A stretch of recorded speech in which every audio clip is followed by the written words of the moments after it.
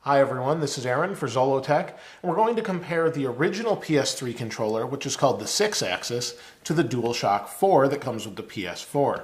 Now the 6-axis controller was named 6-axis because it added motion capability, so you could tilt it and it would do different things. And then later on they added rumble and called it the DualShock 3.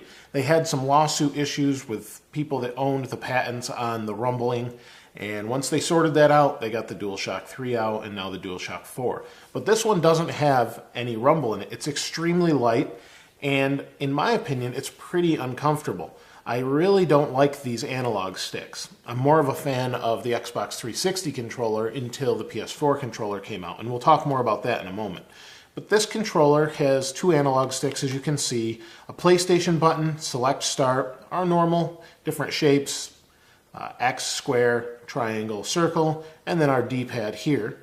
And then on the top we have 1, 2, 1, 2 for our triggers, and these move a little bit. And then we have an indicator light, 1, 2, 3, 4, for which light is on as far as which controller it is.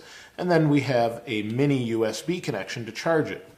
On the bottom there isn't a whole lot other than some screw holes. And overall, I just really don't like this controller. It's really uncomfortable to me. I have really large hands, and you can see this is kind of how it sits in my hand. My hands wrap around it, and then because these analog sticks are rounded on top and have very little tension, they're just not really good to use, in my opinion. Now, some people really love this controller. I understand that, but for me, it's one of my least favorite controllers ever. Now, both of these buttons also click down, or these analog sticks click down. And the controller's okay, but it gets the job done, but it's really not comfortable to hold, at least for me, over long periods. Sony has really upped their game with the DualShock 4. This controller gains some length here on these stalks. It's very comfortable to hold. It's much larger, and they've indented the analog sticks. But let's go over this first. So on the front, we have our D-pad, just like before. D-pad, we have a touchpad, and then we have, again, X, square, triangle, circle, and then options and share. The options button basically takes the place of the start button.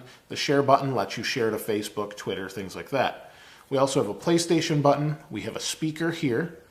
On the bottom, we have an external port and a headphone jack, which is fantastic. I'll tell you about that more in a moment. These grips are great. And then on the back, we have L1, R1, L2, R2, and they've really improved these buttons. These triggers have more tension and they move a little bit more, and they're much more comfortable to hold. We also have a light indicator which indicates which controller it is. So if this is controller 1, this is blue. If it's controller 2, it's red, and so on. And that can be used with the PlayStation camera, but I haven't really used it for that. We have a micro USB port for charging, and then the back is held together with some Phillips head screws, but it's really comfortable to hold. You can see it's contoured, so unlike the DualShock that's kind of just flat in the back for the most part, right here anyway, the whole thing is contoured and much more comfortable to hold. It also feels a little more heavy, or a lot more heavy really, and made of much more high quality plastics. Now, these analog sticks have a lot of tension to them. Not a ton, but a lot more than this 6-axis here. The tension in them is just right. We have dipped or kind of concaved sides that go to a little bit rounded middle, and it works out really well while you're playing first-person shooters like Battlefield. I haven't played Call of Duty with it, but it works great for Battlefield and the other games I've tried. And then also this touchpad, I forgot to mention, pushes down. It clicks, so you can use that as well. Now, the favorite thing of mine with this controller, these connect via Bluetooth, and they're not compatible with each other's systems. But what we have here is this headphone jack, and you can pump all of the audio to the PlayStation through the controller. So I can put in my iPhone headphones, Bose headphones, whatever you want, whatever you've got, and you can listen to the game through the headphone jack.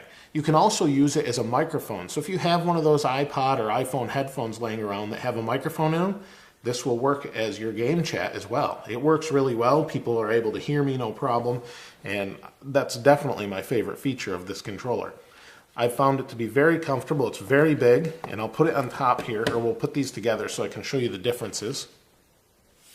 So you can see how much more extension there is. You can see the shape. Fairly similar, but they, again, fixed the triggers. On the top, we went from mini USB to micro USB, which is always nice. Again, same thing on this side. Backs. And then the fronts. So let me know what you think of the 6-axis versus the DualShock 4. Have you used either, or which one is your favorite and why? Or do you prefer the Xbox controller? Let me know in the comments below. If you haven't subscribed already, please subscribe. As always, thanks for watching. This is Aaron. I'll see you next time.